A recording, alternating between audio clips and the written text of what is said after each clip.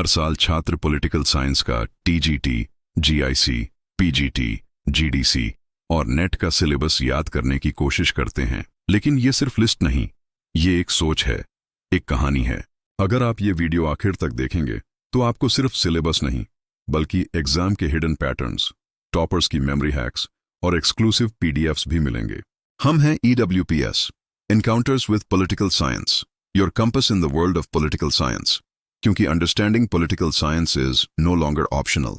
आते हैं वापस सिलेबस पर। यह सिलेबस दरअसल एक कहानी है, कहानी जो प्लेटो की सोच से शुरू होकर डॉक्टर अंबेडकर के संविधान और यूनाइटेड नेशंस ऑर्गेनाइजेशन तक पहुंचती है। आज हम वही कहानी उसी क्रम में समझेंगे जैसे आपके सिलेबस में है, बिना किसी यूनिट या हेडिंग के, ताकि सब कुछ एक ही सिलसिलेवार कहानी की तरह महसूस हो। राजनीति विज्ञान, वो विषय जो शक्ति, समाज और विचार को एक साथ बांधता है। ये सिर्फ राजा महाराजाओं की कहानी नहीं, बल्कि ये समझने की कोशिश है कि समाज कैसे काम करता है, सरकारें कैसे बनती हैं और एक आम इंसान की जिंदगी पर इन सब का क्या असर होता है। ये सिर्फ तथ्यों का संग्रह नहीं है, बल्कि एक दर्शन है, और ये अकेला खड़ा नहीं है। राजनीति विज्ञान दूसरे विषयों से गहराई से जुड़ा है। हिस्ट्री हमें राजनीतिक घटनाओं की पृष्ठभूमि देता है। इकोनॉमिक्स बताता है कि संसाधन और नीतियां कैसे शक्ति को प्रभावित करती हैं। सोशियोलॉजी हमें समाज की बनावट समझाता है, और एथिक्स यानी नीतिशास्त्र हमें सही और गलत का पैमाना देता है, जो किसी भी शासन के लिए जरूरी है। अब बात करते हैं सिविक्स की। सिविक्स या नागरिक शास्त्र हमें सिखाता है कि एक नागरिक होना सिर्फ एक पहचान नहीं, बल्कि एक जिम्मेदारी भी है। यह हमें हमारे अधिकारों के साथ साथ हमारे कर्तव्यों के बारे में भी बताता है। एक अच्छा नागरिक ही एक अच्छे देश की नींव रखता है। तो नागरिकता मिलती कैसे है? जन्म से, वंश से, या फिर रजिस्ट्रेशन से। और ये खोई भी जा सकती है अगर कोई देश के प्रति अपनी जिम्मेदारी न निभाए। एक आदर्श नागरिक वो है जो कानून का पालन करे, टैक्स भरे, वोट दे और समाज की भलाई में योगदान दे। यही सिविक्स की पहली और सबसे जरूरी सीख है। अब सवाल उठता है कि ये राज्य, ये देश बना कैसे? इसके बारे में कई सिद्धांत हैं। सोशल कॉन्ट्रैक्ट थियरी कहती है कि लोगों ने अपनी सुरक्षा के लिए मिलकर राज्य बनाया। हॉब्स, लॉक और रूसो जैसे विचारकों ने इसे समझाया। एवोल्यूशनिस्ट्स का मानना है कि राज्य परिवार, कबीले और समुदाय से धीरे धीरे विकसित हुआ। वहीं मार्क्सिस्ट्स का मानना है कि राज्य हमेशा से ताकतवर वर्ग का एक औजार रहा है, जिससे वो गरीबों का शोषण करते हैं। तो राज्य का काम क्या है? यहां भी अलग अलग विचार हैं। लिबरल विचारधारा कहती है कि सरकार को कम से कम दखल देना चाहिए, सिर्फ कानून व्यवस्था बनाए रखनी चाहिए। सोशलिस्ट विचारधारा कहती है कि सरकार को सब कुछ नियंत्रित करना चाहिए ताकि संसाधनों का बराबर बंटवारा हो। और इन दोनों के बीच आता है वेलफेयर स्टेट, यानी कल्याणकारी राज्य, जिसका मकसद है हर नागरिक की बुनियादी जरूरतें पूरी करना और इंसान को विकास के केंद्र में रखना। किसी भी शासन को टिकाने के लिए 4 स्तंभों की जरूरत होती है: लॉ, लिबर्टी, इक्वालिटी और जस्टिस।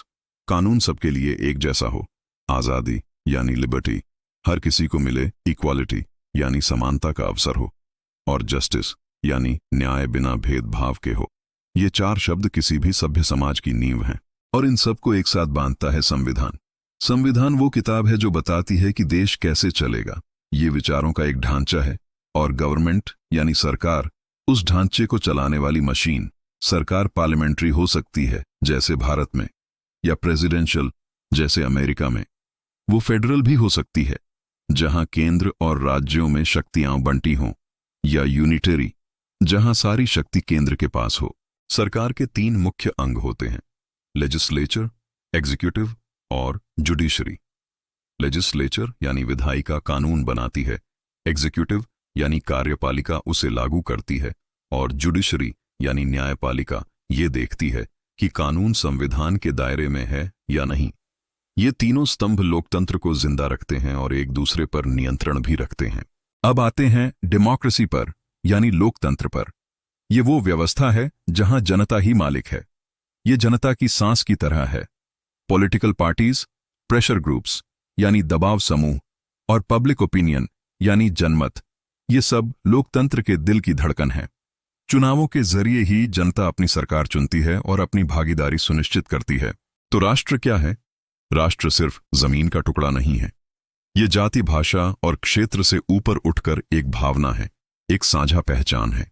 आज के दौर में राजनीति बदल रही है। ग्लोबलाइजेशन और बेहतर गवर्नेंस यानी सुशासन अब राजनीति की नई भाषा बन गए हैं। भारत के राजनीतिक विचारों की जड़ें बहुत गहरी हैं। मनु ने मनुस्मृति के अध्याय 7 राजधर्म में राजा शासन व्यवस्था, प्रशासन, युद्ध नीति और न्याय प्रणाली से संबंधित विचार दिए। कौटिल्य ने अर्थशास्त्र के जरिए कूटनीति और राज व्यवस्था की नींव रखी। गांधी जी ने सत्य और अहिंसा को राजनीतिक हथियार बनाया और डॉक्टर भीमराव रामजी अंबेडकर जी ने संविधान के जरिए समानता और न्याय का सपना साकार किया। हमारे देश की आजादी का राष्ट्रीय आंदोलन सिर्फ एक राजनीतिक संघर्ष नहीं था, बल्कि विचारों की एक ज्वाला थी। इसी ज्वाला से संविधान सभा का जन्म हुआ, जिसने दुनिया का सबसे बड़ा लिखित संविधान तैयार किया। और इस संविधान की आत्मा बसती है इसकी प्रस्तावना में। We the people of India, ये सिर्फ शब्द नहीं है, ये भारत के 140 करोड़ लोगों का संकल्प है, एक संप्रभु, समाजवादी, धर्मनिरपेक्ष और लोकतांत्रिक गणराज्य बनाने का।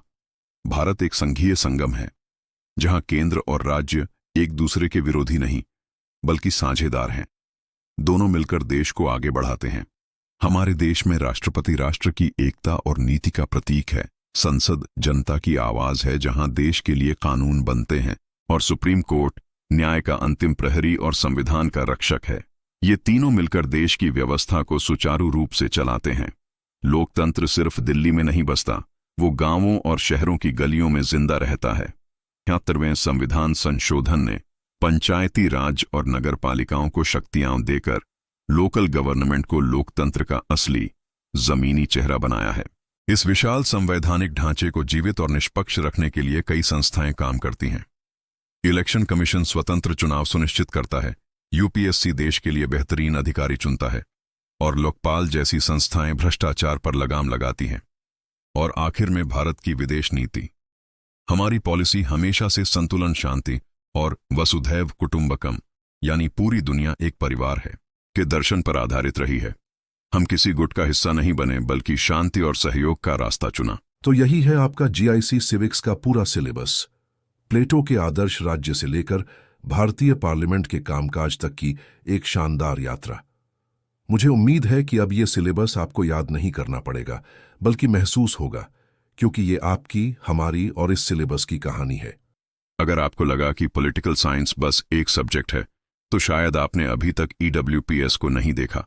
यहां हर विचार कहानी बनता है, हर कॉन्सेप्ट जिंदा होता है, और हर स्टूडेंट थिंकर में बदल जाता है। पूरा सिलेबस, पीडीएफ और एक्सक्लूसिव पॉलिटिकल साइंस रिसोर्सेज आपको मिलेंगे सिर्फ हमारे टेलीग्राम चैनल पर, जिसका लिंक डिस्क्रिप्शन में है। याद रखिए, ईडब्ल्यूपीएस सिर्फ एक चैनल नहीं, बल्कि है पॉलिटिकल साइंस का पहला विजुअल लर्निंग प्लेटफॉर्म, जहां हर विचार कहानी बनता है, जहां नॉलेज है, नॉइज नहीं।